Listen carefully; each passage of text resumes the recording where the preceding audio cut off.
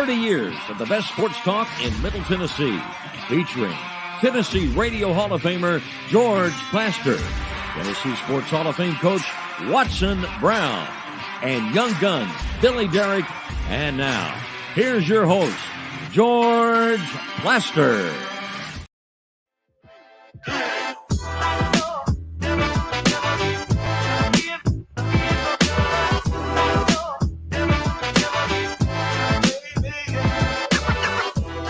Hello again, everybody. Welcome in. Beautiful Wednesday afternoon in Nashville. Temperature, I guess, around 80. I haven't been out there in a while, but hopefully it is. Let's get right to the business at hand because there's a lot going on. Let's head down to Florida very quickly. Say hello to our man, Kelly Holcomb. Kelly, how's vacacion? Very nice. Excellent. Very nice. Wish y'all could be here, but not really. Yeah, I don't think you mean that. So no, that's correct. So I can't hide that. So I'm not. Don't really. be phony. It's one thing I'm not. Speaking of coming back from vacacion, is Billy Derrick. Billy rejoins us. There he is. There we go. Billy, where were you? I was in Hoover, Alabama for a couple days, and then I went over to Kansas. There's not a whole lot in Kansas. It's a little bit different than Kelly's vacation, but spent the Memorial Day weekend out there, so it was fun. Did you see Dorothy? I did not, but saw a lot of cornfields and a lot of cows. That's really all you do have to see out there, so it was good. Well, it's certainly the place I would pick. I mean, if I was deciding between Vegas, going to see the Braves, Kansas would top them all. Yeah, while I was there, I was thinking of you, George, and I was like, man, this George would love this. He would eat this place up. Kansas. God bless it. Billy, did you drive? No, we flew out into the Northwest Arkansas airport and then drove about an hour and a half just to get to the Kansas area. So, wow. Yeah. But the drive isn't that. It's about an 8-hour drive from Nashville, so it's not bad. Okay. We're glad to have you back. David, say hello very quickly. You going to throw me in here? You going to put my camera on, Billy? I do. How are we doing, Kelly? I'm good, man. How you doing? We're still not in the intro, so it's, I don't know. We're not. Well, do I get a letter grade, Kelly, from you on how I did in Billy's absence? I thought you did. I give it a 99.9, dog. I can't give you 0.1, but 99.9, you did great, Hoss. I appreciate that coming from you. I know you're perfectionist, so I appreciate that. Absolutely. Kindred spirits. Absolutely. Yeah, whatever. Let's get to the business at hand. The Predators in the last hour have held a press conference confirming what had gotten out yesterday, that Andrew Brunette, a former Predator player who, by the way, scored the first goal in Predator history. I know I was there that night. It wasn't opening night. It was day 2 against Carolina. Anyway, he is the new head coach.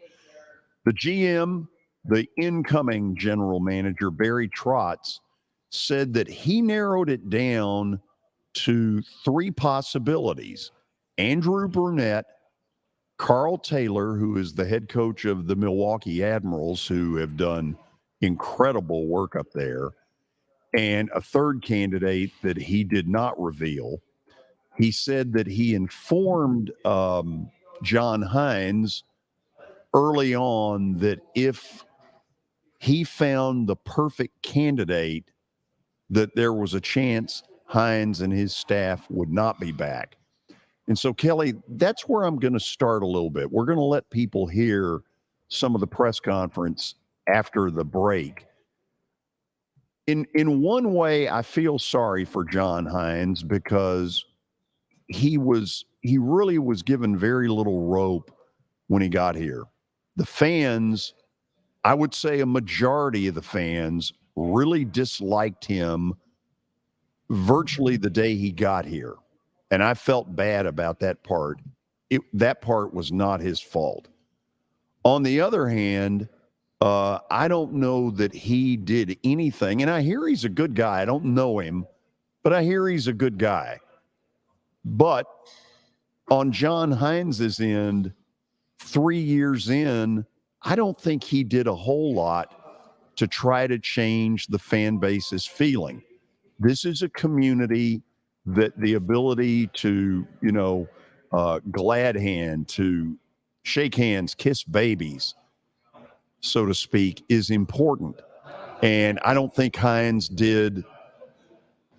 did virtually anything in that area.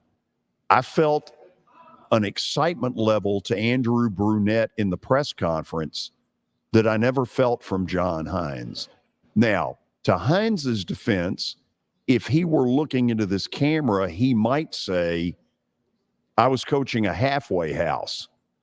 And I think there is some of that. By the way, not that I can prove it, but I don't think the players did him any favors in the exit interviews. I don't think they particularly liked him.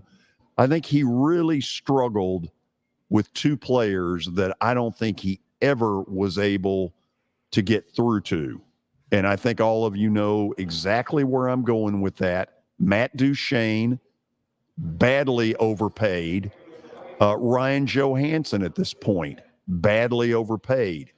Kelly, I think that's going to be one of the interesting dynamics that Andrew Brunette is going to walk into, is the Duchene and Johansson model, because I think they are huge contributors to what I would call kind of the halfway house that has existed. This team played a lot better when it got a lot younger, when a lot of the veterans got hurt, and I don't think it's a coincidence.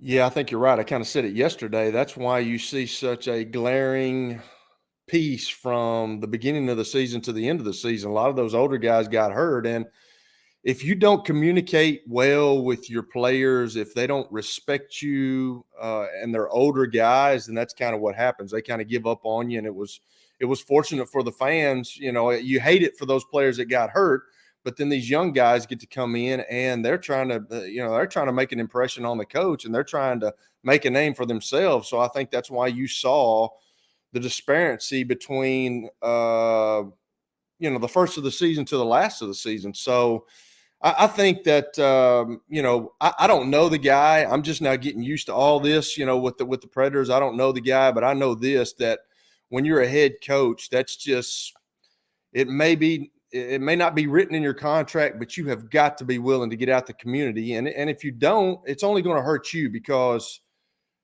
if you don't do good, then the community is going to bash you. If you get out and you shake hands, you kiss babies, as you just talked about, people are willing to give you second chances. People are willing to overlook some things, and you've got to be willing to do that stuff. But I think the guy that they've got now, obviously he played. Guys love playing for guys that played, that understand what they're going through, that you can sit down and you can talk to, and he understands, hey, I've been there too.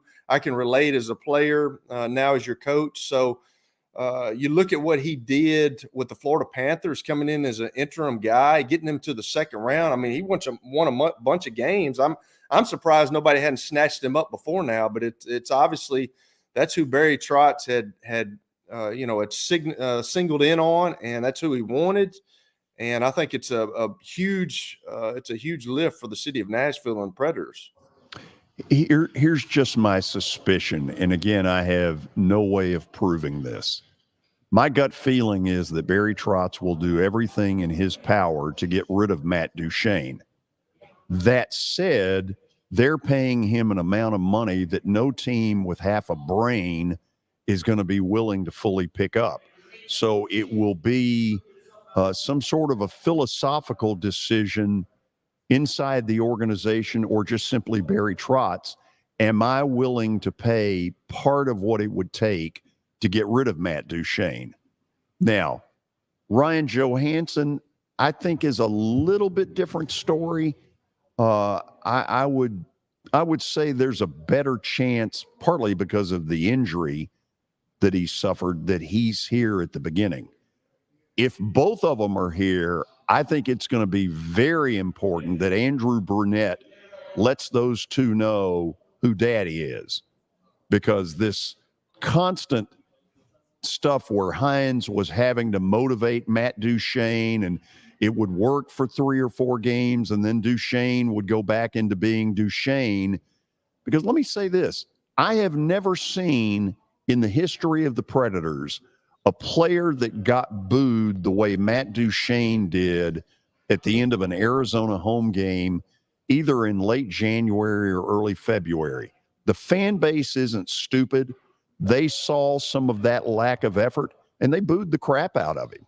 Well, fans see it, but the real guys, his teammates, see it, and Sure they do. And that's what that's what loses respect right there, and that's why you can get a cancer on your team like that the younger guys see. You don't want those guys learning that way. You want them learning the right way when they come into the NHL. To hey, this is not the way we do things. And if he's that big of a problem, George, is it kind of like the NFL? Like, would they try to restructure his contract so they could get rid of him so it wouldn't be that big of a cap hit? I don't know.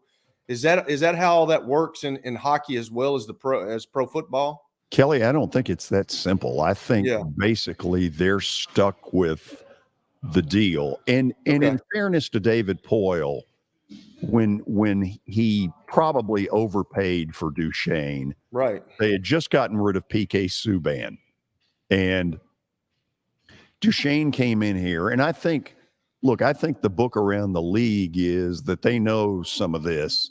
It's going to be very hard to move him. Right. I think if they get half a chance, I don't see Duchene being a Barry Trotz kind of Predator.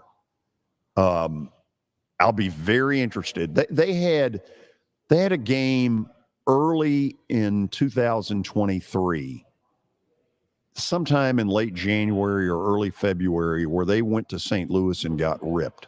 And they had a basically a team meeting, I guess, when they got back here. And the players kind of turned on Duchene and Johansson. This is what I've been told. And when your own players start to do that, that's a little bit of what Hines was battling. And I don't doubt that in his meetings with Trotz, he told him it's a halfway house. Well, I've talked about it before, George. That's what happens when you pay these guys lots of money. There's nothing saying they may be a certain way for a team that they had made a name for themselves with that team, and then you try to get them. I've seen that happen sometimes when I played, where they come and they get paid all this money, and those guys' personalities just change. You can't tell them anything. They're not going to do anything. They're going to do what they want to do, and you're kind of stuck because they got the leverage. You just paid them a lot of money, and it really sucks when it turns out that way, George. It really does, but teammates and players always know what's going on. They always have the pulse of the locker room, and if you get some guys in there that are really guys like that, can't have that as a coach, can't have that as a general manager, because they will tear your whole organization down. And I've seen it happen. I will say up front, number one, I wish John Hines the very best. I have a feeling he'll be back in the NHL in some form or fashion soon. That said, I'm very excited about Andrew Brunette. I felt a passion and an excitement in him as he spoke earlier today that I have not felt from a head coach in a while with the Preds. And I'm excited about that because, frankly, he gave me some reason to be excited. Let me ask you a question, George. What is the difference in their coaching styles? I mean, it seems like Barry Trotz, obviously he wants an offensive deal. Was Hines kind of grinded out type of guy? Wasn't big on offense? What was the deal? I would describe it as grinded out, but more than anything, it was the inconsistency. Okay. That I think really got him. It didn't look good when the young kids came up from Milwaukee, busted their butt, right. And all of a sudden energized that building. I mean, it was obvious that there was an enthusiasm about those kids that Trotz had to be sitting up there as the interim, as the GM in waiting, going, what the hell's going on here? Right. Why are we so much better when the more skilled players are hurt? And ultimately, I think that's what led to the decision. I know we got to go to the break. You'll hear part of the press conference when we come back. Stay tuned.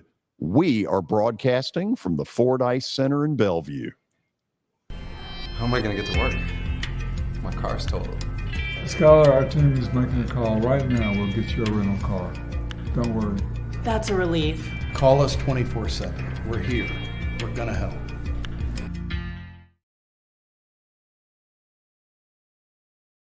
Year number 2 of the Plaster and Friends Celebrity Bowling Night was awesome.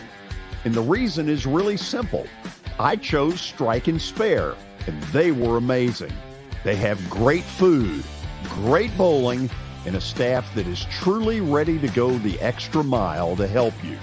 They have 5 family fun centers in the area to choose from. And for more info, go to strikeandspare.com or call them at 615-824-5685.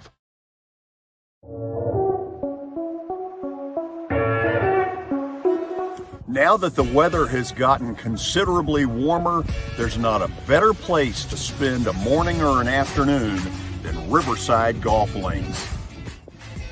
So you've probably noticed the weather has gotten a lot warmer, and that means a couple of things in Nashville. It means baseball, and it really means golf. And for me, it's a visit to Riverside Golf Links. The course has improved dramatically. There are now 27 holes, including a 9-hole executive course. If you want tee times or more information, dial them up at 615-847-5074. You can't see the sights without the sounds. From the crack of the bat to the roar of the crowd and everything in between, discover what Hit City has to offer. Spend your nights cheering on the Nashville Sounds at First Horizon Park with giveaways, fireworks shows, theme weekends, and more. Single game tickets are on sale now. Visit NashvilleSounds.com to claim your seat today. The much anticipated grand opening of X Golf is Thursday, June the 1st from 10 a.m. to 10 p.m. out in Bellevue, specifically 8137 Sawyer Brown Road at 1 Bellevue Place right down the road from the theater.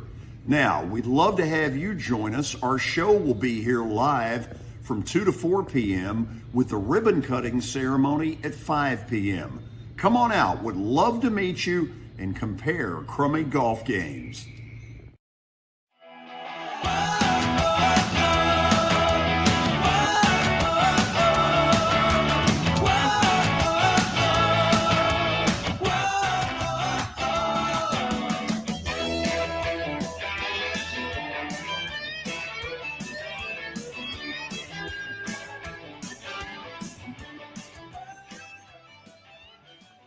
Well, it got out yesterday that John Hines was being removed as the head coach of the Predators, and a former Preds player, Andrew Brunette, was becoming the new head coach. Let's listen in to some of today's press conference.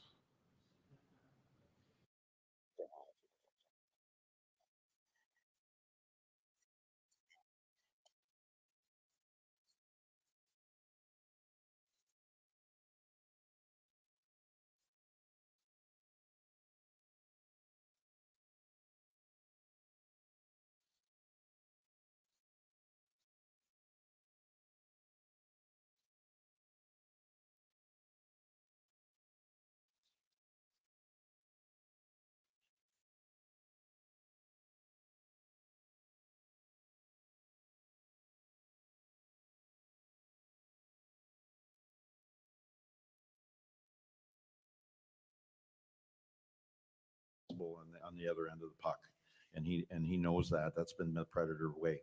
But what was really looking for was there was a really connection. He can connect, and I'm excited for our franchise, the fans, the players, especially the players, because they will play for this guy.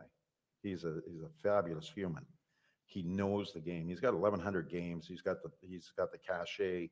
He's done it. He's played in the Coast League. He's played in the American League. He's played at every level, and he was a player that you know, at the 7th round draft choice, who, when you're in.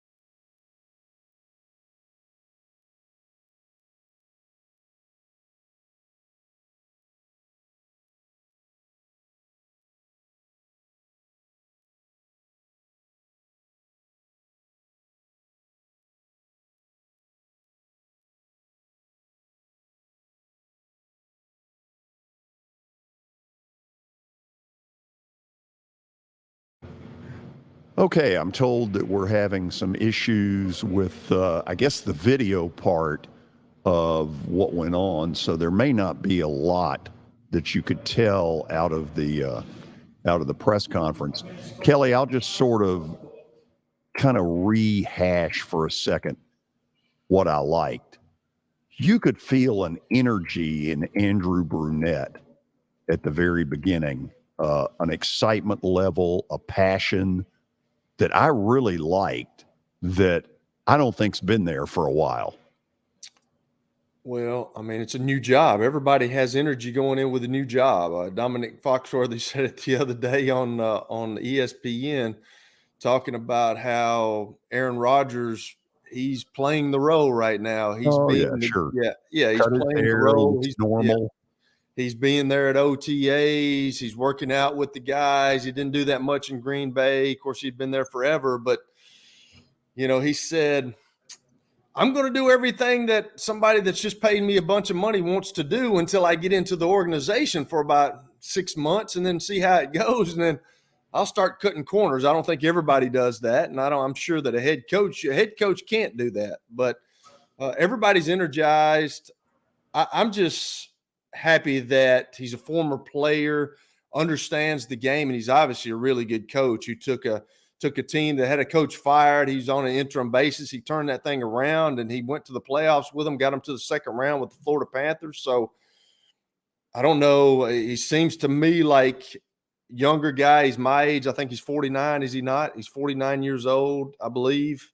And that's what you have to have. Good coaches that I've been around, George, are energetic guys. It's kind of like Pete Carroll. The dude's almost 80 years old, but he still relates to guys. He gets out there and he does things with them. That's what guys want. Like Mike Vrabel is good at doing that. I've seen videos of the Titans out there, you know, practicing, and he's out there with bags going through stuff. And that's what energizes young players. That's what energizes professional players. Hey, I got a coach out here that he really thinks we can do this. And it's all about what you say to those guys each and every day and what kind of culture you bring. And if he brings that, the Nashville Predators, this is the first time they've missed the playoffs in 9 years. He can get them back to the playoffs next year and maybe a Stanley Cup in the near future. Yeah, there's some excitement level about what's going on at Milwaukee. First of all, I think you're going to find out about 30 days from now exactly where Barry Trotz intends to take all this. They have freed themselves up with some of the deals that they made at the deadline.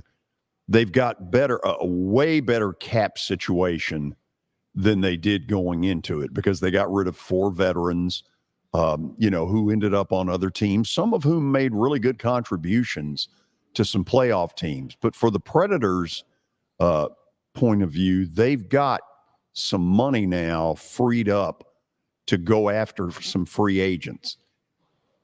I keep hearing Barry Trotz say things like, I'm going to go after the right people.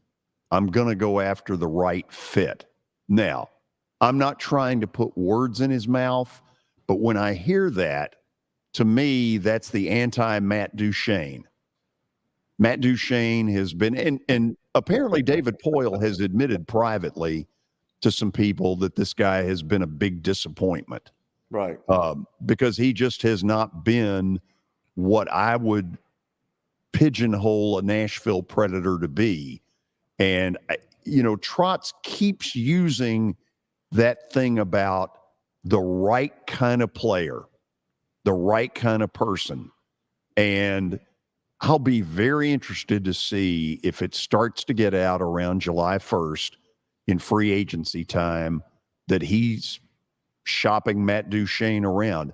I know some of you will be saying, wow, George, you've aimed all of this at Duchene. He, to me, is a little bit of the poster child of what has been wrong. And it was very obvious to a lot of us who are season ticket holders who go there every night that when that team got infused with those young guys from Milwaukee, it was a hell of a lot better product. And I don't think it's a coincidence.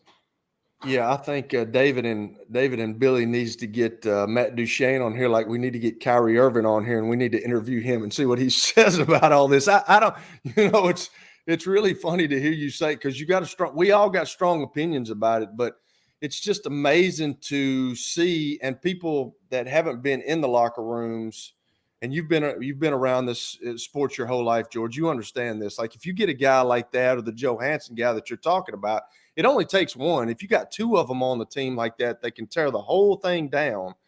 And if that's what he was doing, and we talked about it the other day with Danny Evans, George, expectations, when people get paid a lot of money, hey, that's great. I love it. I want them guys to get paid as much money as they can. But people don't understand, when you get paid all that money, certain expectations come with that money. And if you're not playing up to that money, then the fans, hey, nowadays they go after you. I mean, that's just the way it is, because they see a guy that is getting all this money and getting paid all these millions of dollars that's not performing well. It's open season for that. They're going to boo you because they want you to produce when you get out there. And I think that's what makes sports so cool, George, to kind of turn the page on that. But it's going to be interesting to see what kind of guys Barry Trotz brings into this situation, and what kind of guys that Andrew Brunette likes to coach. And everybody says that. Everybody says, well, we got to get the right people. Well, Sure. What does that mean for you? What does that mean for Barry Trotz and his personality, or Andrew Brunette, who you've got to be compatible. The head coach has got to be compatible now with those players. Now, sometimes you're just not, and you just have to figure it out, and you have to respect each other. But it's going to be interesting to see, like you said, this coming up July, the kind of players that they're going after. And it's interesting to me too, George, when you're a manager of a team, then when you're the captain of the team, the head coach of the team, and then you become the general manager. Like some guys can do that and some guys can't. So that's going to be interesting to see how Barry Trotz goes into that role. He's got to have people in that organization that can help him with the salary cap, with releasing players, and what kind of impact that has on the financial situation, and then who we can get and how we can structure this deal. So that's really interesting and cool thing to me to see how this is all going to play out. This also had to be a little bit awkward for David Poile. David was up. There were three of them. Poile, I want to say left corner, Brunette in the middle, Trotz right corner. And, Barry did a good job of not really going too deep on his feelings of why he needed to make a coaching change, because essentially, this is a guy that David Poile hired. Right. And that, nobody ever said to David that I'm aware of in the press conference, hey, David, did you support this move? Because ultimately he's the guy that hired him. It's a weird dynamic. You're right. That's You're right, George. But you do understand, like when you get somebody coming in there, 99.9% of the time they're going to bring their own. They're going to go on and move, because there's a reason that they're there. So they're going to move on from what just didn't work to something that, hey, if I'm going to get fired later on down the road, just like what's going on with Mike McCarthy in Dallas, he let his offensive coordinator go. Well, if I feel the heat from the front office and from Jerry Jones, I'm going to go down swinging with my decisions and what I'm doing, and that's what Barry Trotz is going to do. Like, he's going to go in there and he's going to figure out, hey, I want this guy. This is the guy I want to bring in. If he doesn't do good, it's all on me, fire me. Yeah. I don't want to go in there with somebody that has already proven that he's not what we want, and I'm going to keep him around for a year or two more, and then you're going to fire me because of something that I didn't do, so that's how all that stuff works, George. It's really it is what it is. After the break, we will talk to Lipscomb baseball coach Jeff Forehand. His Bisons are in the NCAA tournament. They get Clemson Friday over there in South Carolina. That will be no easy task. And then in the last few moments of the hour, we'll try to take a look at some plans that Vanderbilt unveiled today for the Hawkins Field baseball facility. Very interesting release of drawings. And it sort of sets up for us a very interesting sports speaker series Tuesday with Vanderbilt Athletic Director Candace Lee, who will be with us here at the Ford Ice Center in Bellevue. By the way, if you would like to be a part of it, it'll start at 11:30 and about 12:45. You can simply email me to get a seat or seats if you need more than one. Email me at plastergeorge@gmail.com. We'll go to the break. And as we do, let's talk the Big Machine Music City Grand Prix. Okay, you see the date there at the bottom, August the 4th through the 6th. That is going to be a very exciting time in our city, in and around the football stadium, where the track, where the whole course is set up. As I've said in virtually every commercial I've done, I am not going to pretend to act like I know a lot about Grand Prix. I've never been to one. But there are also some other people who could say the same thing a year ago or 2 years ago who have been to the event, who have said it's one of the coolest athletic things they've ever been a part of. I'm looking forward to experience it and find out what is so great about it, because the things I've heard have been really impressive. When you see music in there under Music City Grand Prix, man, have they put some musical acts together that are impressive. If you want tickets, they are now on sale. You can go to musiccitygp.com. Again, that's musiccitygp.com. As the trusted premier custom home builder in Middle Tennessee, Donnelly Timmons has over 20 years of experience in the industry. Whether you're looking to build your dream home or renovate your current home, their team will ensure that every client and every remodel is unique, luxurious, and completed on time within budget. Founders Dustin Timmons and Joey Donnelly have over 25 years of construction experience in the Nashville area. Together, they have completed projects in Forest Hills, Oak Hill, Green Hills, Franklin, and Brentwood.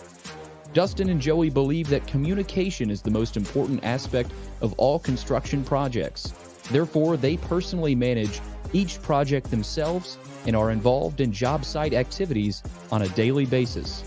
Their commitment to quality and integrity has earned them an outstanding reputation among their clients. Contact them to set an appointment for a free consultation or to view some of their completed projects. Give them a call at 615-456-7983 or log on to DonnellyTimmons.com. If you're looking for a football camp for your son or daughter that stresses the fundamentals and doing things right, let me suggest the Hometown Football Camp. Here's former MTSU quarterback Wes Counts. The Hometown Football Camp is a youth football camp at Battleground Academy, June 19th through 21st. This is a working skills camp for young football players to learn proper technique and skills to prepare them for the upcoming season. Our coaches have won championships at both high school and college levels and are eager to pass along their knowledge. So if the young football player in your life wants to be successful this fall, send them to the Hometown Football Camp. Register at hometownfootballcamp.com. That's hometownfootballcamp.com. For over 35 years, Wilson Bank & Trust has been committed to providing customized banking solutions to help individuals, families, and businesses in Tennessee achieve their goals. As your full-service community bank, we are proud to offer loans with competitive rates, local decision-making, and fast, friendly service from our experienced lenders. No matter where you are on your financial journey, Wilson Bank and Trust is ready to help you take the next step. Visit your nearest Wilson Bank and Trust office or online at wilsonbank.com to get started today. Member FDIC, Equal Housing Lender.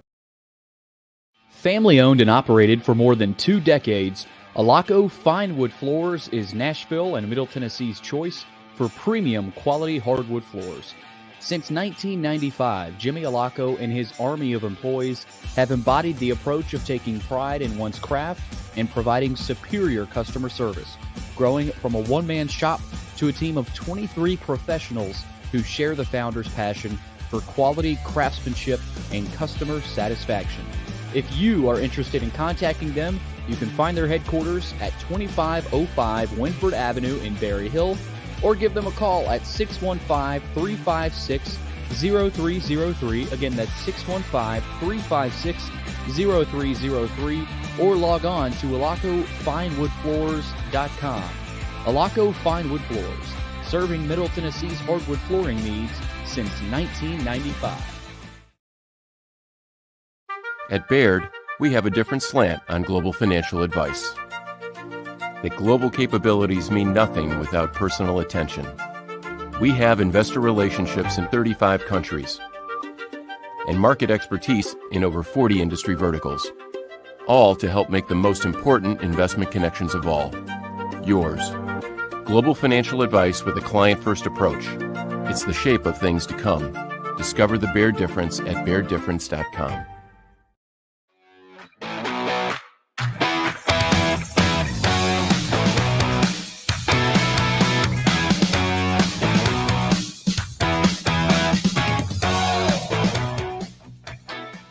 NCAA baseball tournament gets underway on Friday at a bunch of different sites around the country. Although when I say that, they're all basically like right in the Southeast, and virtually no other areas have got them. It's that was not a great look, but that's the way it turned out. Lipscomb University is one of those teams in the tournament. They will play Clemson Friday at noon. Yesterday, the head coach at Lipscomb, he and I sat down to talk about it, and let's hear exactly what Jeff Forehand had to say.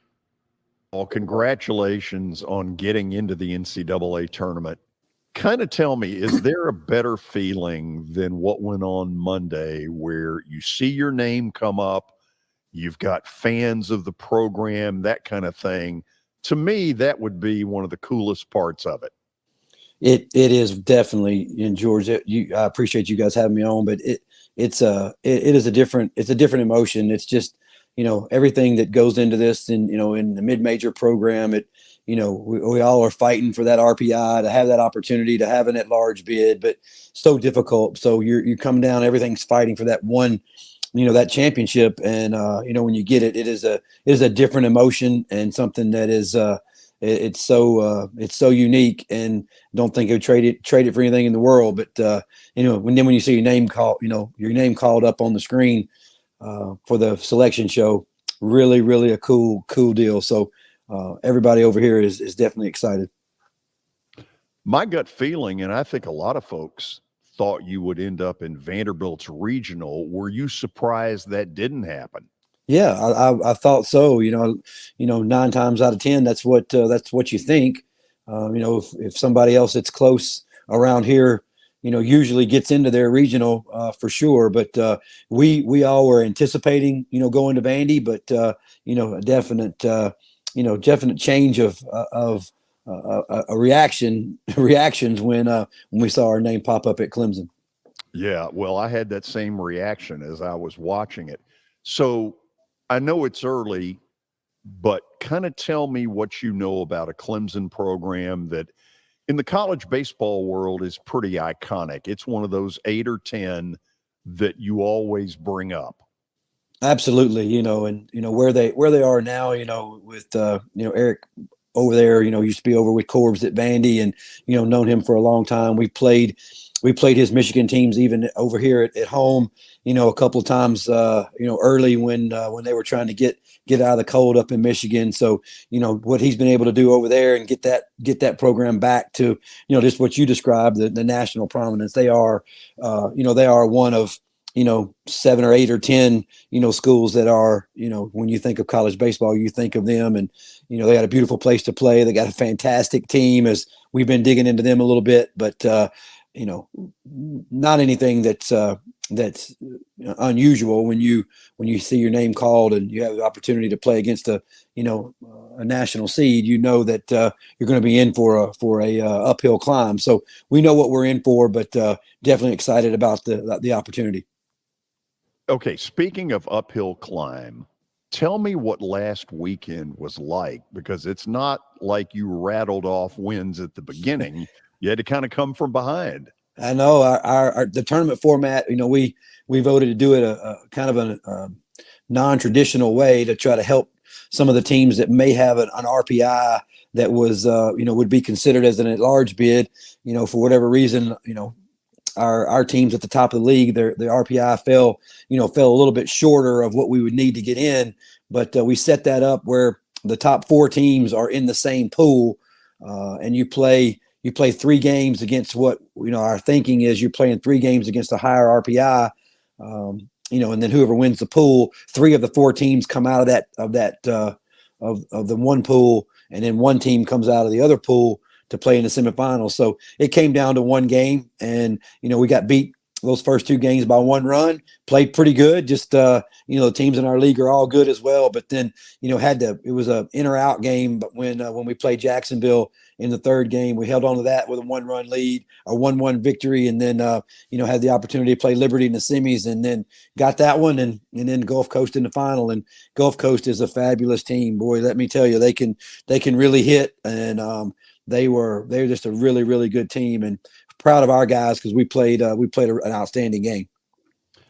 Jeff, I was thinking back earlier, 2 of the coolest moments I've ever had in sports talk radio was being on the air when Middle was pulling the upset of Michigan State.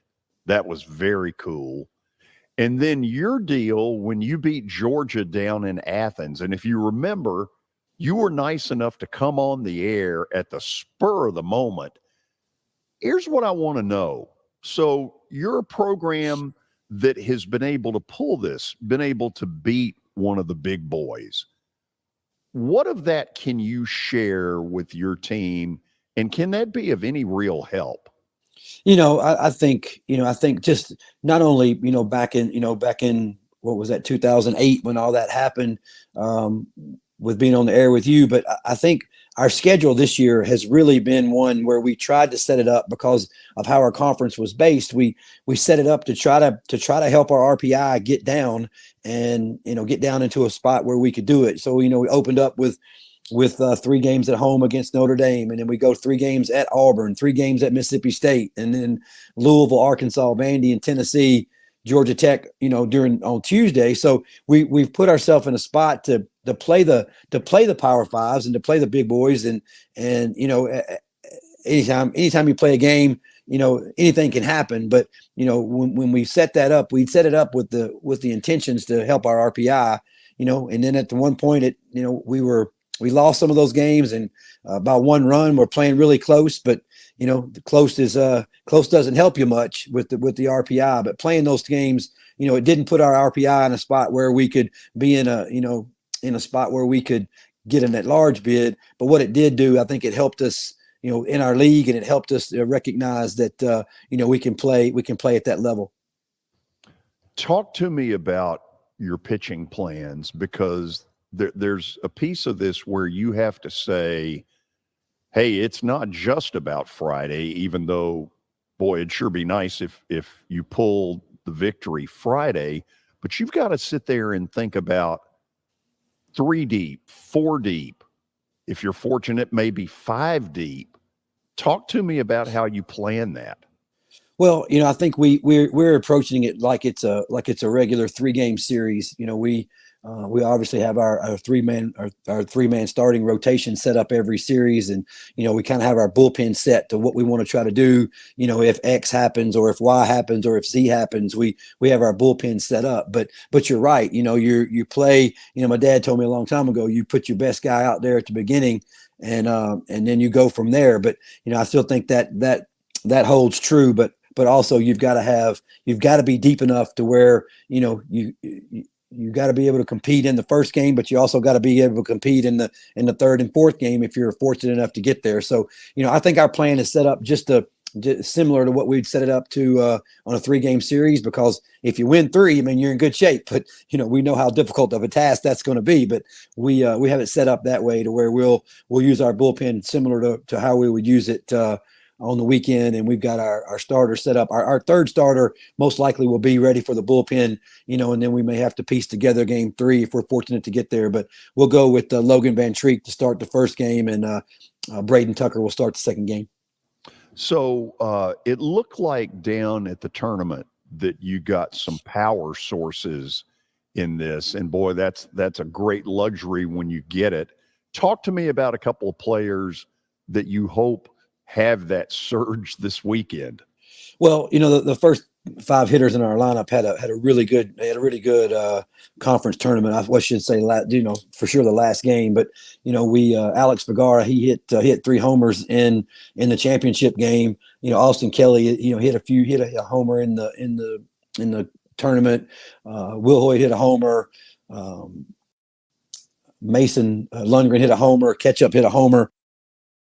And it was one of those. Ketchup hit 2 homers. So it's one of those things where I don't think that we just are preaching hitting home runs. It just happened that we had a good at bat, and good at bats lead to productive things. Whether that's a walk or a hard hit ball, and you only can control it. You just hit it hard, and hopefully good things will happen from that. And for whatever reason, when those balls were hit, they got up in the air and left the park, which is good. The odd thing about it, the ball was flying that day pretty good. We hit 5 homers in the championship game, and Gulf Coast hit 3. So it's one of those games where it was going to be high scoring. Their offense is fabulous, and fortunately for us, we matched them on offense. But and then we got a great starting pitching performance by Michael Dunkelberger. He gave us 5 solid innings, and then our bullpen took it over from there. So just a all around solid game.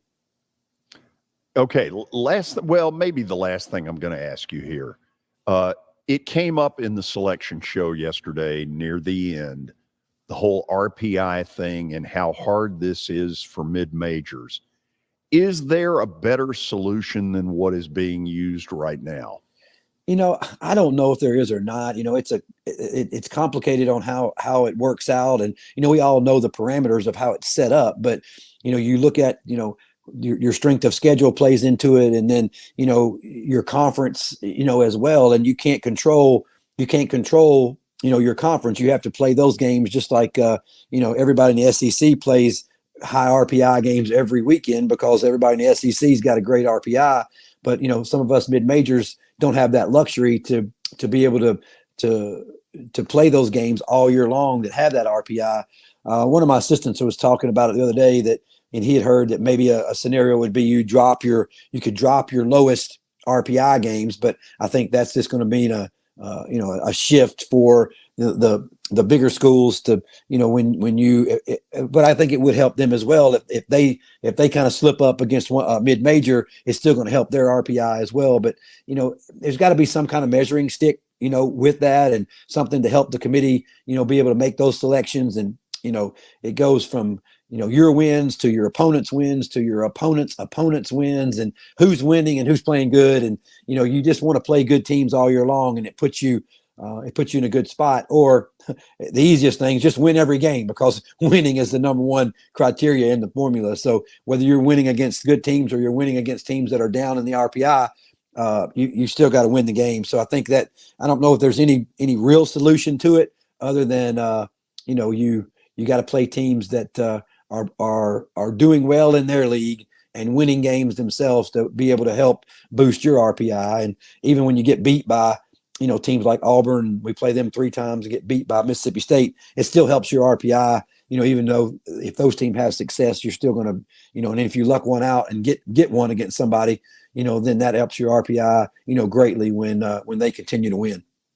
Jeff, let's do this as we end the interview. What I want you to do is screw up my little schedule on Friday that's on this piece of paper. I want you to go beat Clemson and then watch me scramble around 3 p.m.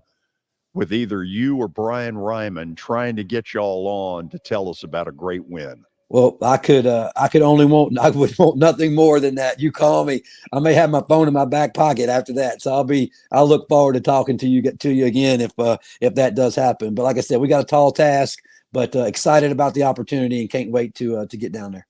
Congrats. Proud of you guys. Do good.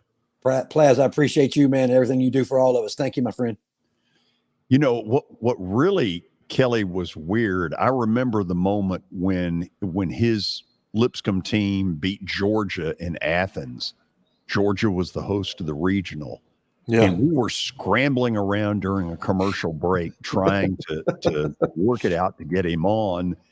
And I think Mark McGee was the guy I called, and I was like, Gee, you got to get him on for me. This is a hell of a win. And boom, it happened. How about that? Hey, you said it. Sports changes really fast. So you can't, sometimes you have a great show going and then you just rip it because something big has happened. So that happened just like you said about the MTSU game when they played Michigan State. That was unbelievable in the NCAA tournament. That was so cool. Hey, Billy, real quickly, a little baseball news out of Vandy. They host the regional this week, but it got announced today that as part of Vandy United, here's some renderings of what Hawkins Field is going to look like down the road. Billy, take me through whatever details you saw. Yeah, so there's a lot to this, George. First off, there's a second grandstand level, as you can see right there down the first base line that hasn't existed. It's a new deck of seats, part of raising the capacity by more than 10%. They'll have exclusive opera-style boxes that put the fans on top of the action. They'll have multiple club spaces, including the left field wall and behind the plate seating like the Nashville Sounds have right now. And the spaces include seating atop the left field wall, partially submerged behind the home plate vantage point, as you know, with the Sounds right now, basically at ground level.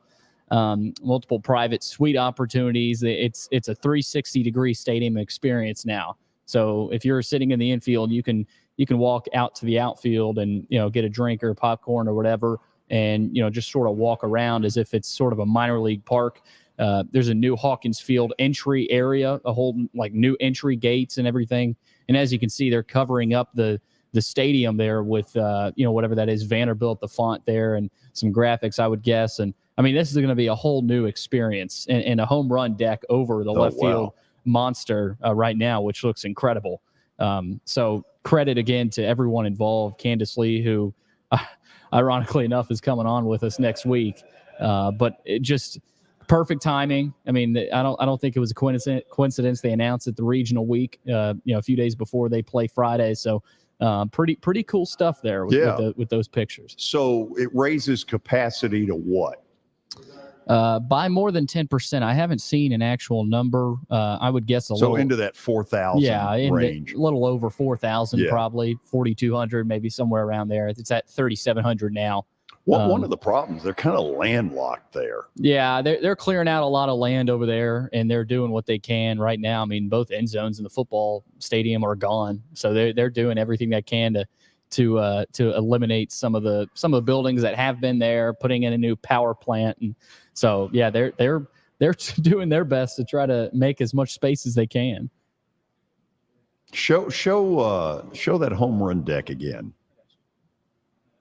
So Kelly, if we took you out there and I threw batting practice to you, could you get to that thing?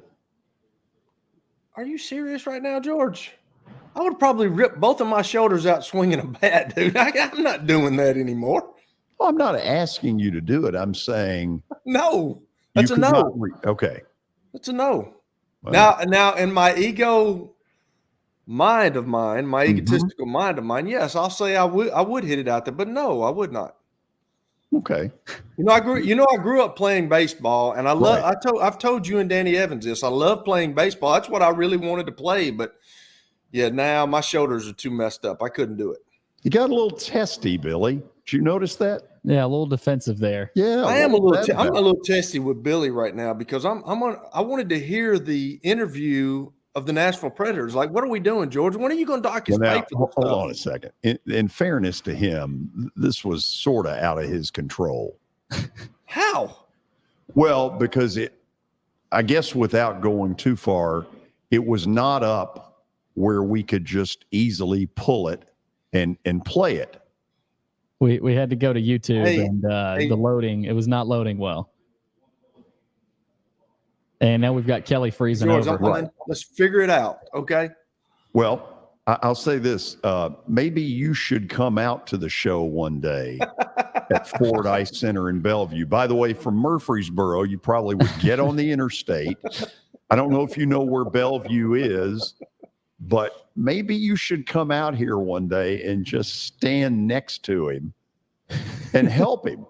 I don't think Kelly would do that. You wouldn't want that, George. I promise you would not want that because we would go dark real quick. Oh, I know. I'm well aware of exactly how that would turn out. Okay, we'll go to the break, and then we'll get you stat of the day, then Kelly's World of Football. We have not had that yet this week. As good a week as it's been, many in the community have said to me, I missed Kelly on Monday. That's my funny. answer was very simple. 2 words. I didn't. You're so phony, George. You're such a phony human being. Oh, it's just out and out lie is what Just it was. phony, dude. We'll go to the break and we'll be back. Hey, thank you for meeting with me today. The insurance company has made an offer. Already? How? They've offered you the entire policy. Thank you, Blair. You're so welcome.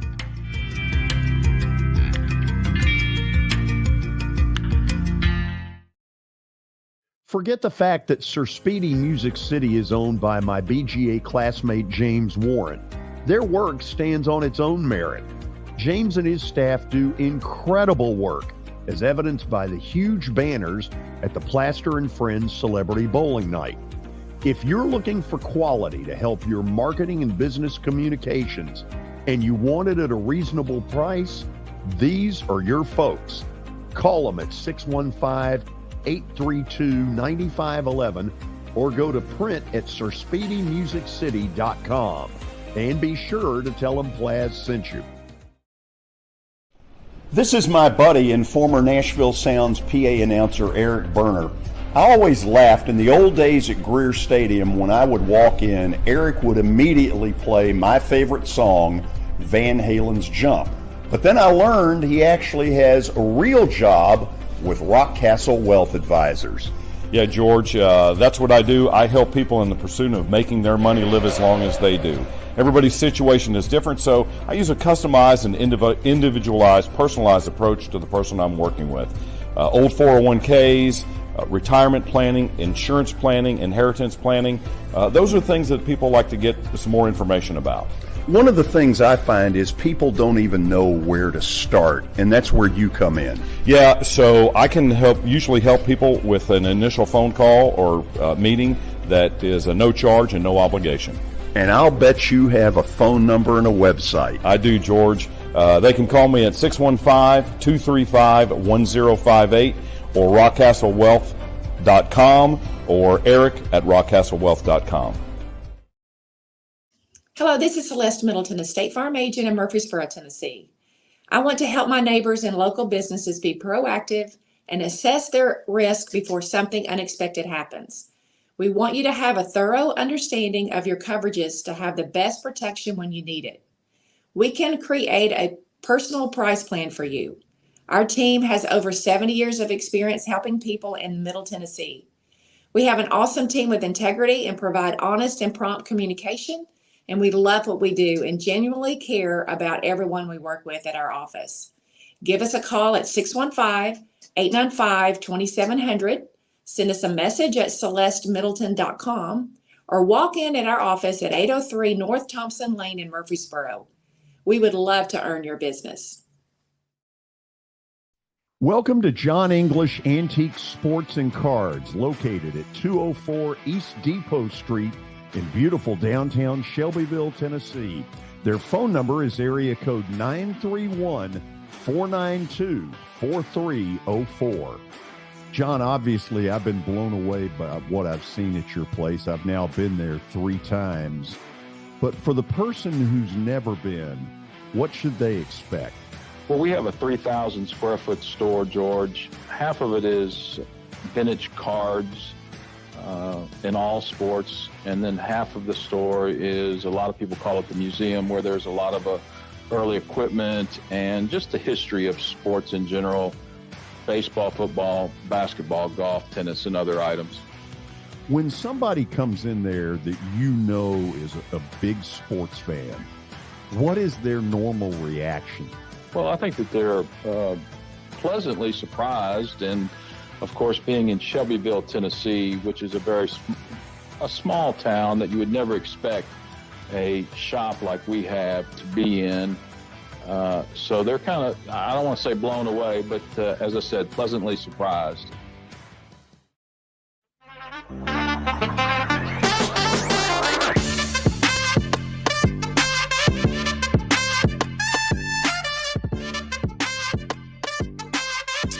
Welcome back in. It is time for Saturday. Saturday on a Wednesday. We'll see if Kelly Holcomb can continue his streak.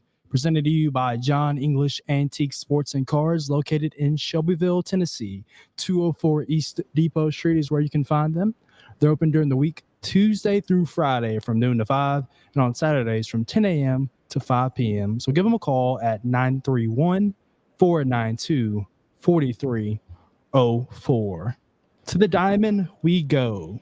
Last night, Arizona Diamondbacks ace Zach Gallen recorded his 5th start of at least 6 scoreless innings this season, the most in MLB.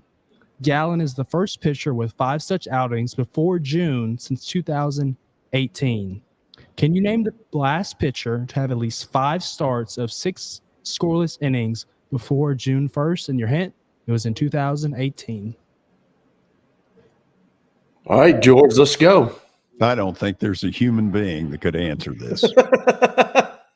Yeah, this would take us probably 3 months to find anything close. So, Billy, let me ask you this. As you see this question, let's just put a little pressure on you at the beginning. Do you have a name? Let's see, last pitcher to have at least 5 starts of 6 scoreless innings before June 1st. I mean, 2018. That's your year. it happened in 2018. Correct. Okay, 20. I mean, Verlander? Justin Verlander? That's not a bad guess. Kelly, you got one? Yeah, no. I'm going to go really off the beaten path here, and I don't remember what year it was that he was lights out. Jake Arrieta. Remember when he was virtually unhittable? Yep. There was a point, and I my guess is it's before 2018. So go ahead and gong us. What about Garrett Cole? Or did he not really get going until later? I mean, it could be. I'm not. Before you reveal, one of you is correct. I think it's me. Go ahead and reveal. Okay. It is Justin Verlander. I promise I didn't see nice. that. I promise. Nice, Billy. Nice. I think I was going to say, No, Kelly. I swear I didn't. what'd you say, George? I think he cheated. I swear. I don't know. I was going to say Fernando Valenzuela. Would that have been good? we're a little You're dating a little late ourselves. on that. That's about 30 years ago. Yes. But thanks for playing nonetheless. Absolutely. Billy, congratulations. Welcome back. Thanks, George. Means a lot. I know it does. I can tell. Okay. You know what time it is, Billy? It's time for Kelly's World of Football. What does that mean? That means we get to watch this cool video. Oh, let's do it. It's a moment you have breathlessly awaited. It's time for Kelly Holcomb's World of Football. As shocking as this may sound, Kelly Holcomb's World of Football has sponsors.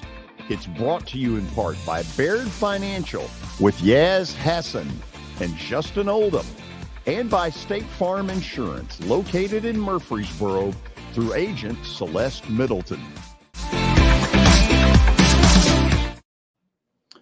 Now, if the truth be known, this is an issue that's gotten bandied about a lot nationally, but we really have not talked about it a lot.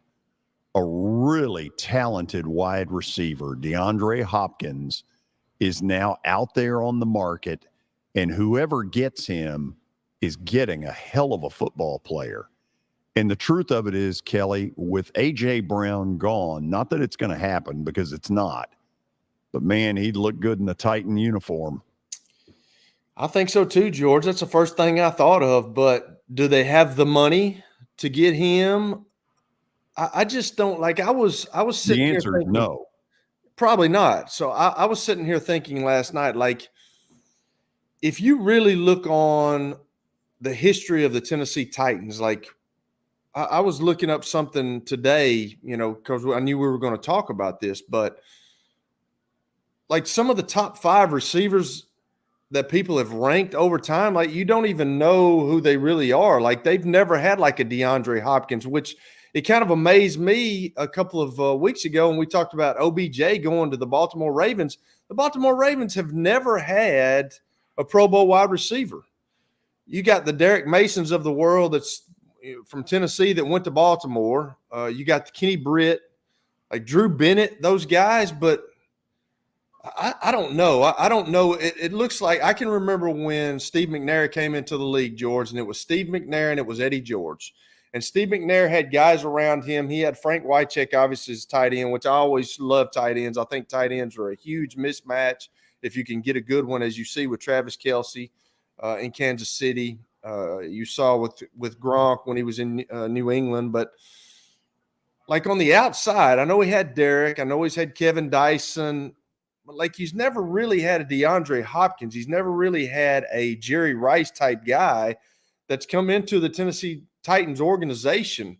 And it seems like when they first stepped foot in Nashville, Steve McNair put those guys on his back. He would run around. He wasn't a traditional drop back passer. He could make plays with his feet.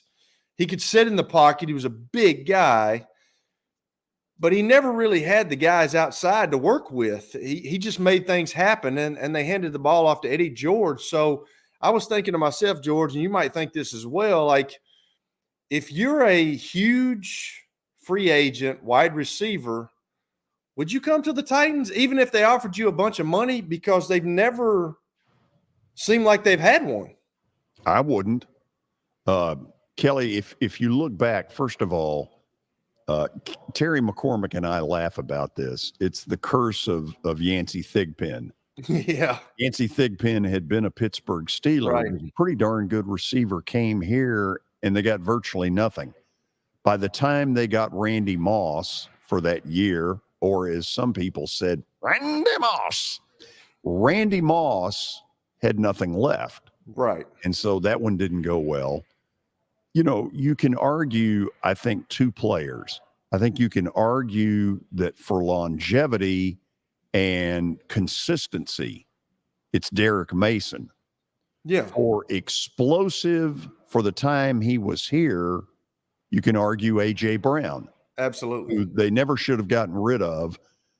But this has been a place where, for whatever reason, this is a franchise that just has not been able to identify a ton of wide receivers. Drew Bennett, was an undrafted free agent out of UCLA who, confounded all the experts, turned into a very good wide receiver, but certainly not a burner. Drew, if you're watching this, howdy. We're going to have him on for an interview as well. Oh, he and I are good friends. Okay, gotcha. He and I are good friends.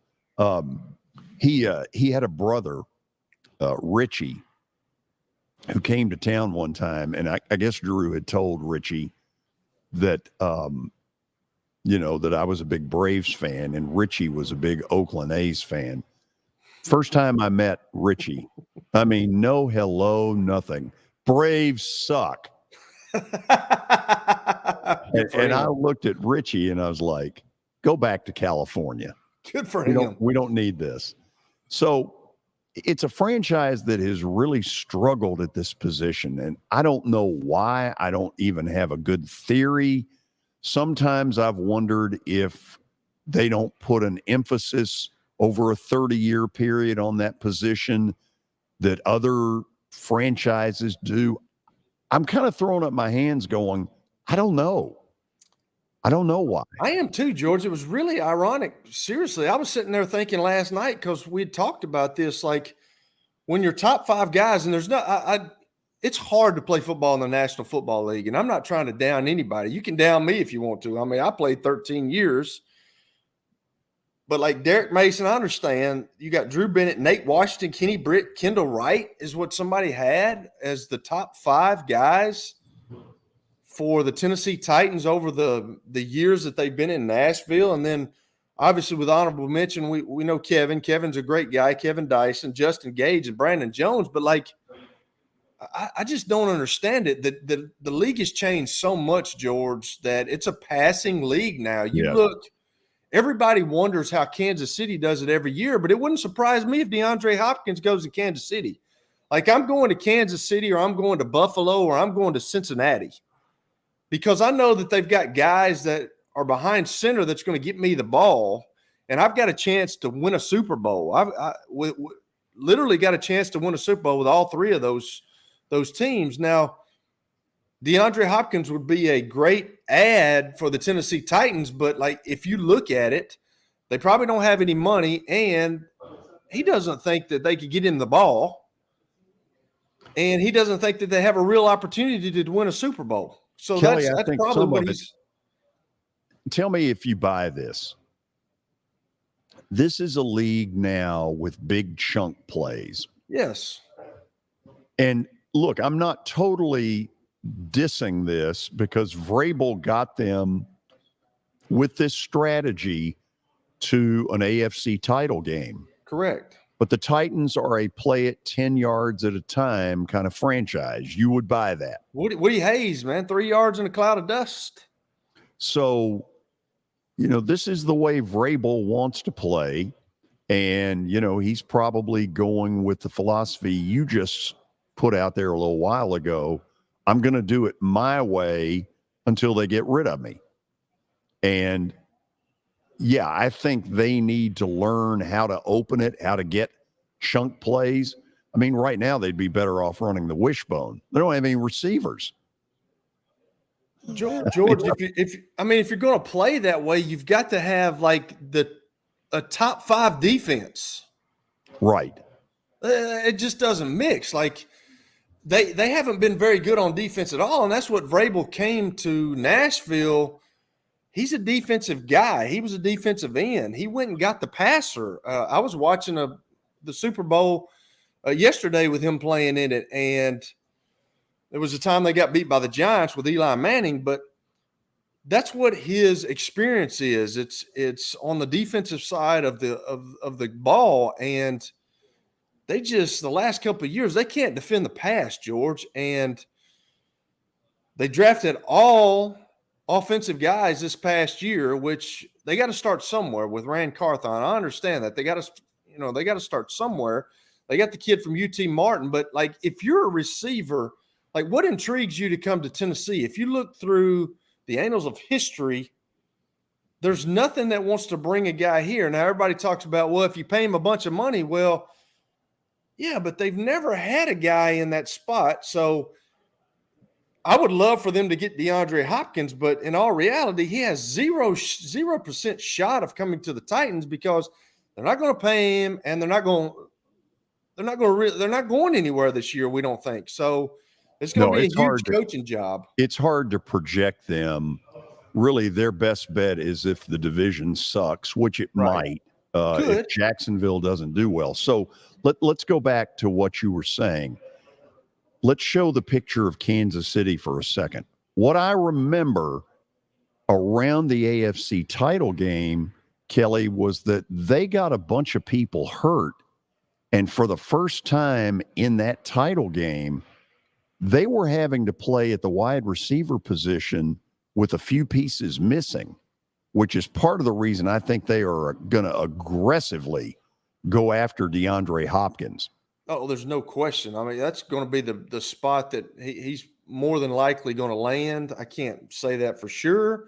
Somebody's going to throw some money out there, but the three teams that I told you, the Bengals, the Bills, and the Chiefs, that's where I would be going if I were him. Now, maybe the Dolphins with Tua, because before Tua got hurt, they were playing really well, and they went up to Buffalo and scared Buffalo in the playoffs. So they've got a really good team as well. So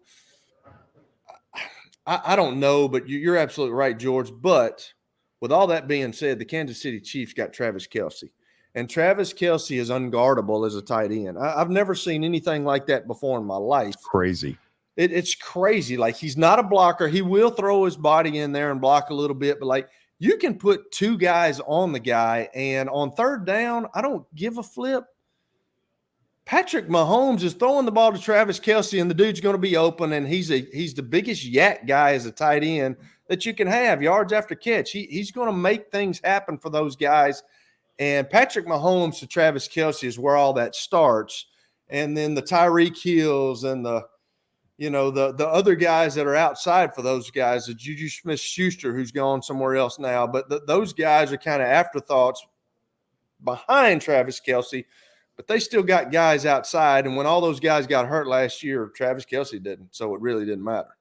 Okay, take me to the Buffalo part of this, because what I remember in January was that Buffalo got to host Cincinnati, and it was shocking how easy it was for the Bengals on a really bad weather day.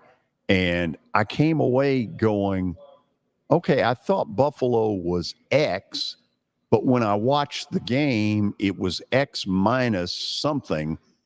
Kelly, by the end of the year, there was something missing in Buffalo. They got Stephon Diggs, who's a really good receiver. They got a good tight end in Dawson Knox. What was the missing piece there that made it so easy for Cincinnati? Well, defensively, I was with the coordinator defensively, and I'm not going to say his name. You know who he was. I was with him in Minnesota. Great guy. He was on the 85 Bears team. I was watching that today. Great guy. He's just a base type of guy. He doesn't like to bring pressure. He likes to get pressure like the Tampa Bay Bucks of Monty Kiffin, where they had Simeon Rice and they had the Derek Brooks and they had Warren Sapp on the defensive line that can get pressure with just four guys. They don't have to bring many guys, and they can play coverage. Well, that's what he likes to do. And when Von Miller went down, that kind of axed that idea. And a lot of times you have to bring pressure, and that's what Joe Burrow does. Joe Burrow takes what the defense gives you. That's the problem that I have with Josh Allen. When you turn to the offensive side of the ball, I think Joe Burrow was methodically carrying the team down the field, and they couldn't stop him in the snow. And then things started to puck because the Bills were at home, and the Bills were projected to win, and they were projected to go on to win the Super Bowl, and they got down by like 14 points, and then things started to pucker up, and then we start doing things that are kind of unfair. Defense gives you. You can't get it all back in one play. Just methodically go down the field, and you match those guys, and then if you could get a defensive stop. But he got to the point where he's trying to make everything up in one play, and instead of taking dump offs and instead of taking things underneath, he wants to scramble around and throw the ball deep. And he got a pick down there close one time. You just can't do those kind of things. I wish I could talk to him, and I know that those coaches are talking to him, and he's got to fix that. He's got to quit worrying about the big play and just take what the defense gives you. And that's what Joe Burrow does. And that's why Joe Burrow's been to a Super Bowl and an AFC championship game, because he doesn't try to do too much. He just plays within the system, and he lets the game come to him. And a lot of quarterbacks can't do that, George. Okay, let me throw two NFC teams at you, and you just give me a yes or a no. If DeAndre Hopkins signed with the New York Giants, do they become a legitimate Super Bowl contender? No. Okay. How about Dallas? That's a tough one. I'm going to say yes, but Dak's got to play better. They've got everything. They've got everything you want on defense. They can get pressure. That Micah Parsons, we've already talked about him. Guy, they're really good on defense now, and he wants to run. Mike McCarthy wants to run the ball a little more than they did to take a little bit of pressure off Dak Prescott. But if he doesn't play well, DeAndre Hopkins going there, he can't get him over the hump. Dak's got to play well. The quarterback has to play well, George. That's the bottom line. And if Dak can do that and not turn the ball over, yes, they can get over that hump. I just don't see it for the New York Giants because, the quarterback had a good year. They've got Saquon Barkley. He had a really good year last year. Now they got from Oakland, Darren Waller. Oh yeah, Darren Darren Waller. Yeah. He's a really good player, but So- the quarterback has to play well, and he's got to do it. He's got to do it for more than 1 year to show me that he can. Okay. Kelly, you know that my golf game sucks. Yes. Okay. Like they should take your clubs away. Well, thank you. I really appreciate that. You know what we're doing tomorrow. Yeah. Okay. We're going to broadcast from the grand opening of X Golf. X Golf is a good tee shot from here at the Fordyce Center in Bellevue. And I have yet, even though I know what's there and I know there's some golf simulator stuff, we're going to talk through this in a couple of minutes. And I know that you will not, hide your opinions. That's which scares correct. me. Okay. That's correct. I can't wait till he gets on here. We will meet the owner of X Golf, where we will broadcast tomorrow from his grand opening. Stick around. We are at the Fordyce Center in Bellevue. How am I going to get to work? My car's totaled. Skylar, our team is making a call right now. We'll get you a rental car. Don't worry. That's a relief. Call us 24/7. We're here. We're going to help. Year number 2 of the Plaster and Friends Celebrity Bowling Night was awesome. And the reason is really simple. I chose Strike and Spare, and they were amazing. They have great food, great bowling, and a staff that is truly ready to go the extra mile to help you. They have 5 family fun centers in the area to choose from. And for more info, go to strikeandspare.com or call them at 615-824-5685.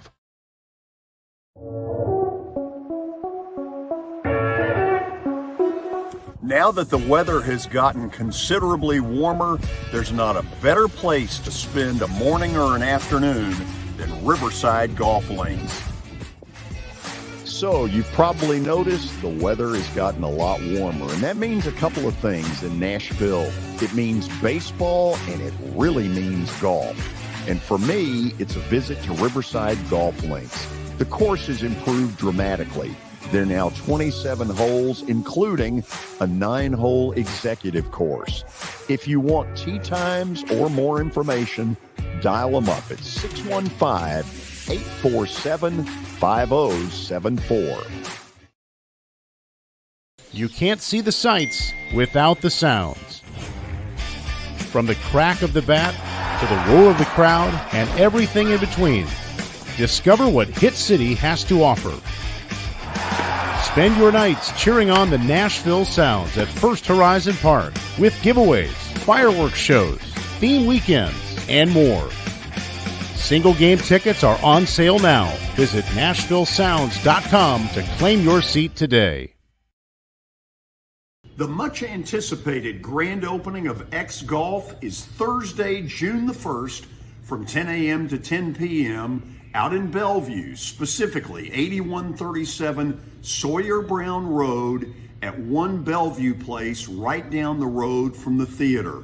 Now, we'd love to have you join us. Our show will be here live from 2 to 4 p.m. with the ribbon cutting ceremony at 5 p.m. Come on out. Would love to meet you and compare crummy golf games.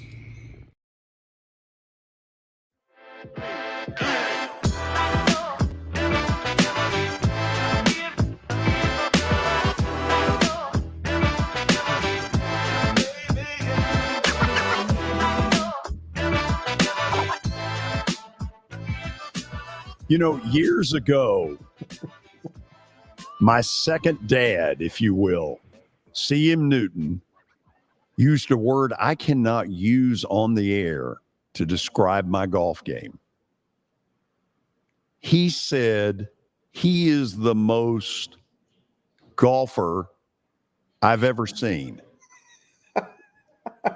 He told his wife that. He was 100% right, George. This was in 1985 at the old Richland.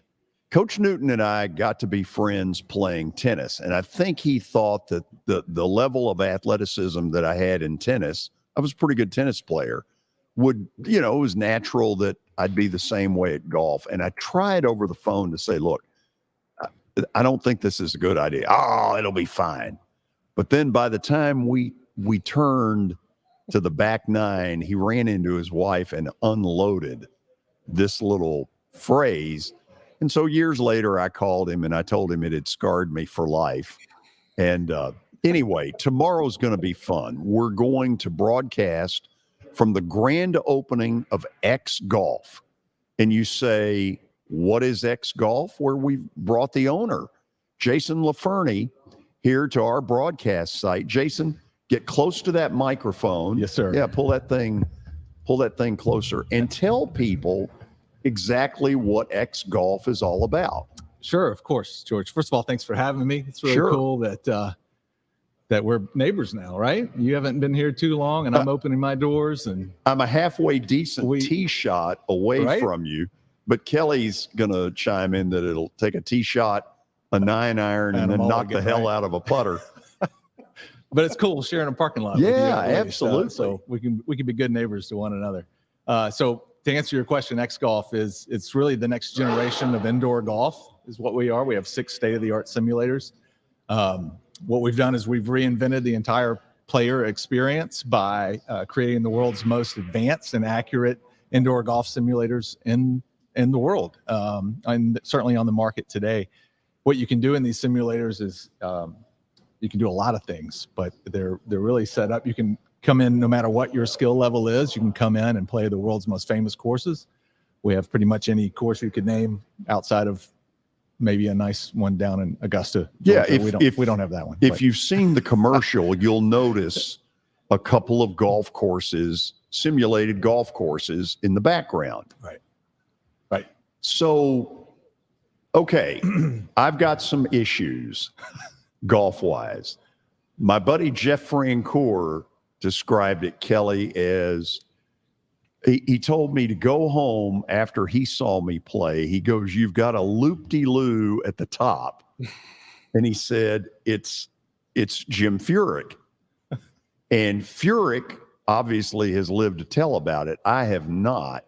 But what will the simulator likely show in my golf game, which we already know sucks? Yeah, it's not going to hide anything, George. You're going to be exposed. Okay, what does it? No, seriously, what? I know that is a problem, but what specifically is it going to tell me? So it really depends on what you want to do with the simulator. There's a lot of options. There are a lot of game formats that you can participate in. One of the most popular ones, at least to start things with in your time there, would be just the driving range, which is not going to be a course that we've played before, but it'll be your typical virtual simulated driving range. The data and the superior analytics that come up, frankly, are more than I can even process and do with. I'm a hack golfer. I'm a high handicap golfer myself, but it'll you have break no down idea what high handicap is. We'll figure that out. You and I can go and see how this works. That's right. But to answer your question, you can really hone in on your game, really practice. A serious golfer can really work on their game, work on their swing, and get all the data and feedback you want. The next step for us is going to be, we're going to hire a full-time PGA certified professional to be on staff in order to give lessons and to help people like me and yourself get a little bit better. That hasn't happened yet. We haven't identified that person, but that is definitely coming, and that'll be a great addition to our team. But the other thing you can do is you can just go have fun. This is a stress-free environment. You're in your own private little bay suite where you can hit balls. You know, we tell people all the time, families have come in a lot with little kids. You know, I don't know about you, but I wouldn't take my little kids to a green grass golf course and hold up everybody getting yelled at behind you and let's go, pace of play and all that kind of thing. It can be intimidating if you're not a good golfer to stand there on that tee box and have people waiting on you as you're shanking stuff in the woods. No, that's what absolutely scared me that day with Coach Newton. Right. Was not just him being there, but others watching going, what the hell is this guy doing on this course? Right. So this is a great format for that because that's gone. Yeah. You've rented your space. You're alone. You can hack it up all you want, or although Kelly, try to get better. I don't think when I try this tomorrow, I'll be alone.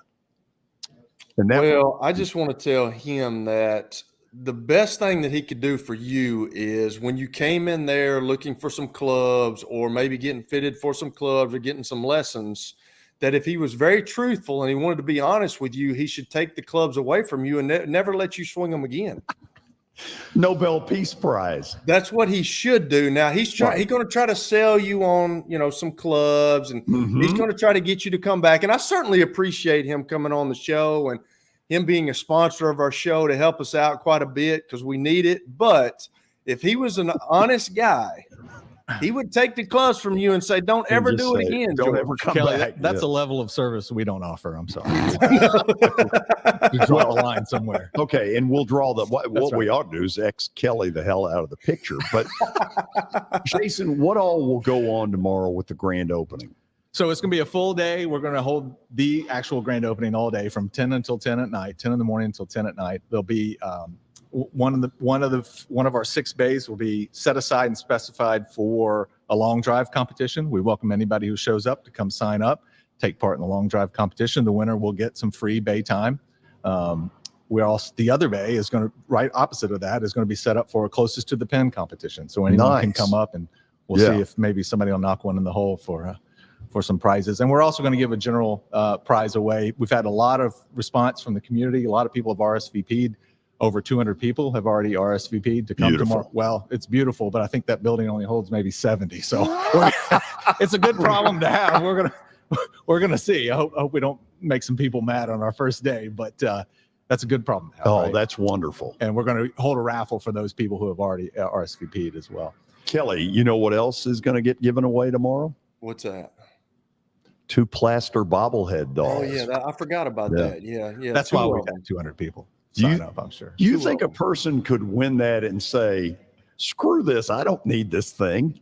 I wish somebody would take it up there. Can we get somebody who gets it? Can they take it up there and put it right in front of the tee and have somebody just come hit a ball as hard as they can and see if they can knock George's head off? This is a true story.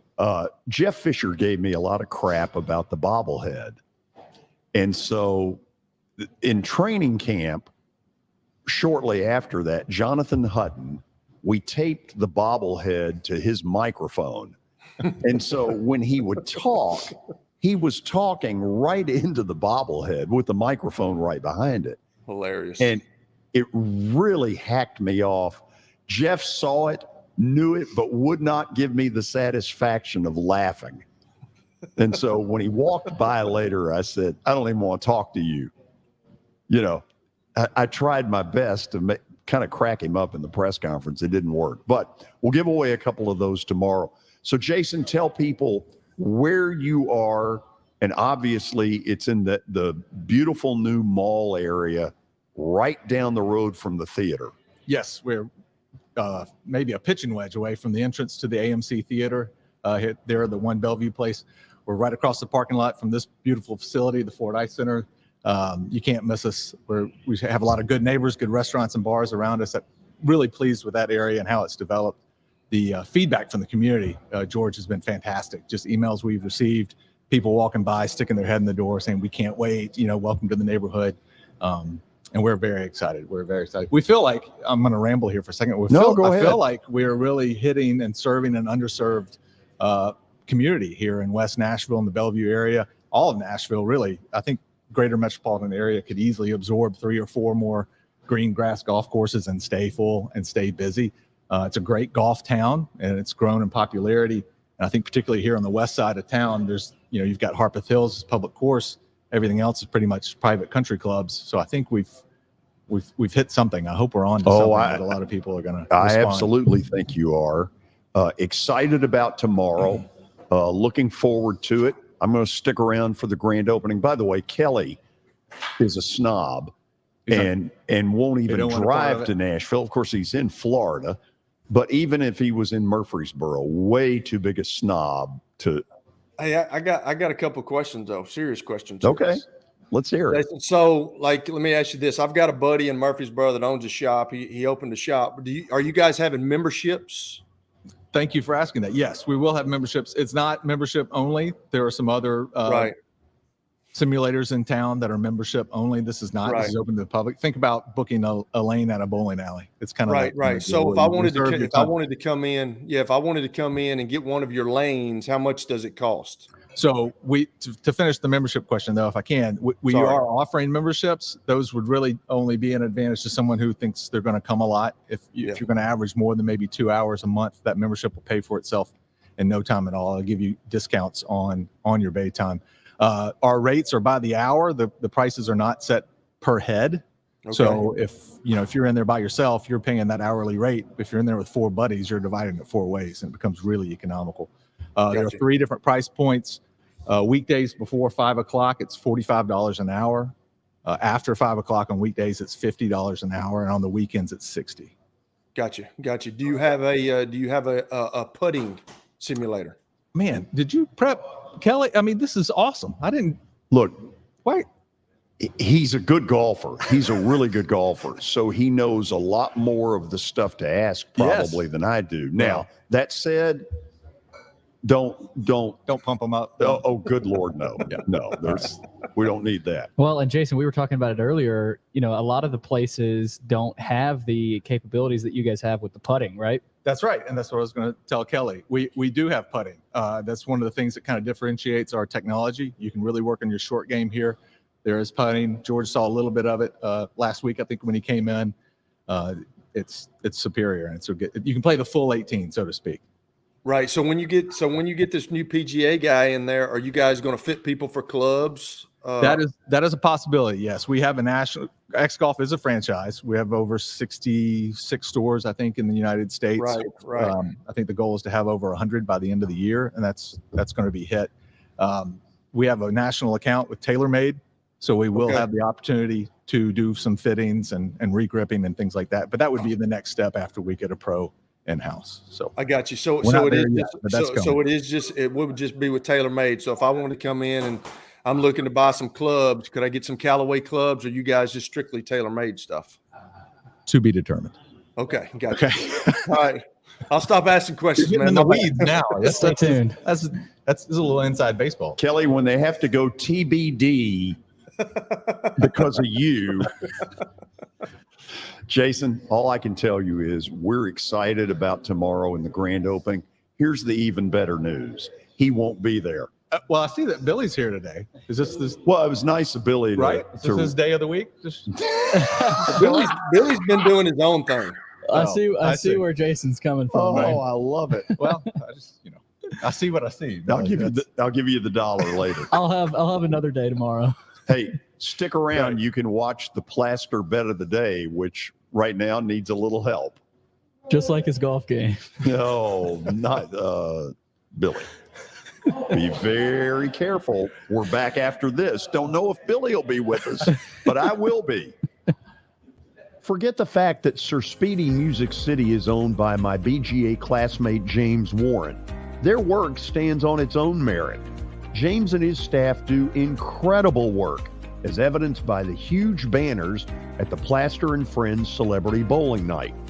If you're looking for quality to help your marketing and business communications, and you want it at a reasonable price, these are your folks.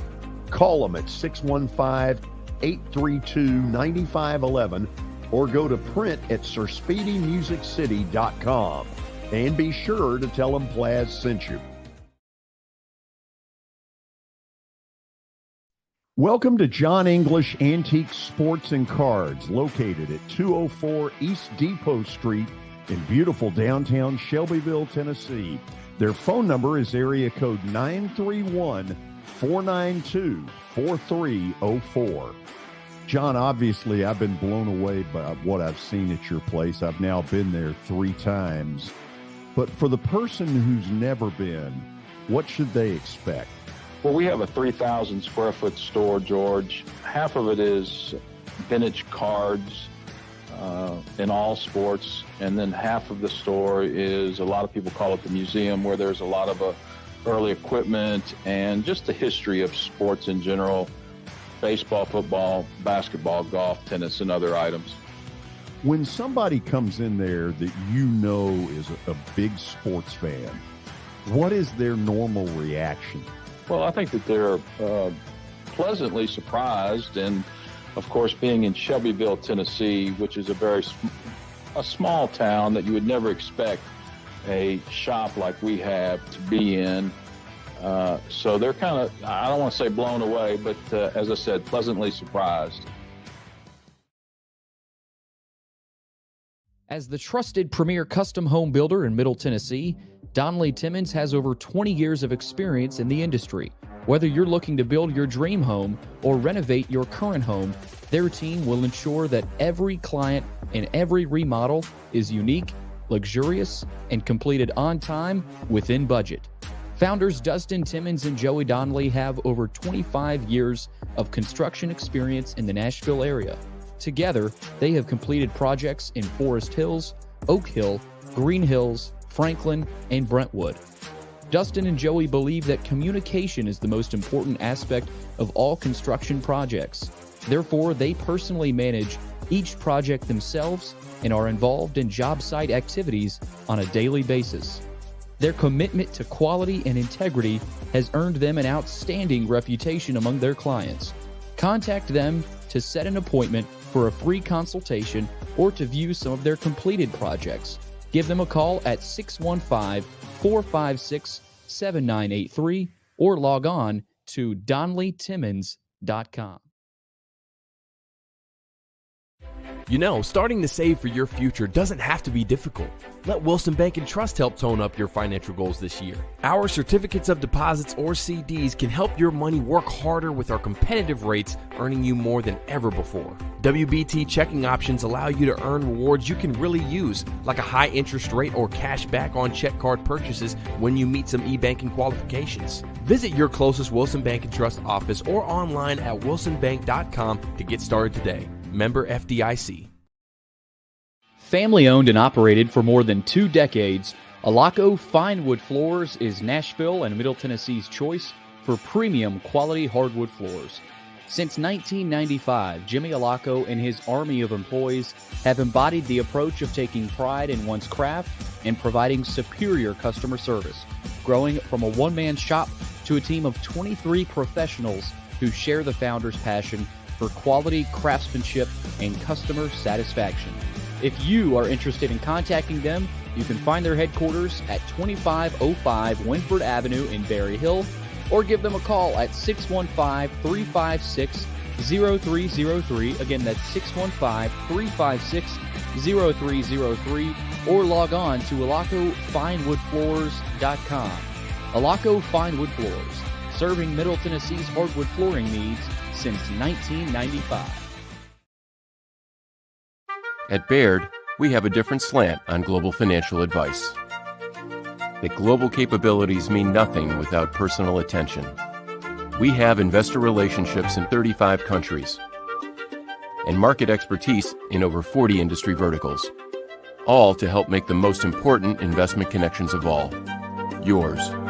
Global financial advice with a client-first approach. It's the shape of things to come. Discover the Baird difference at BairdDifference.com.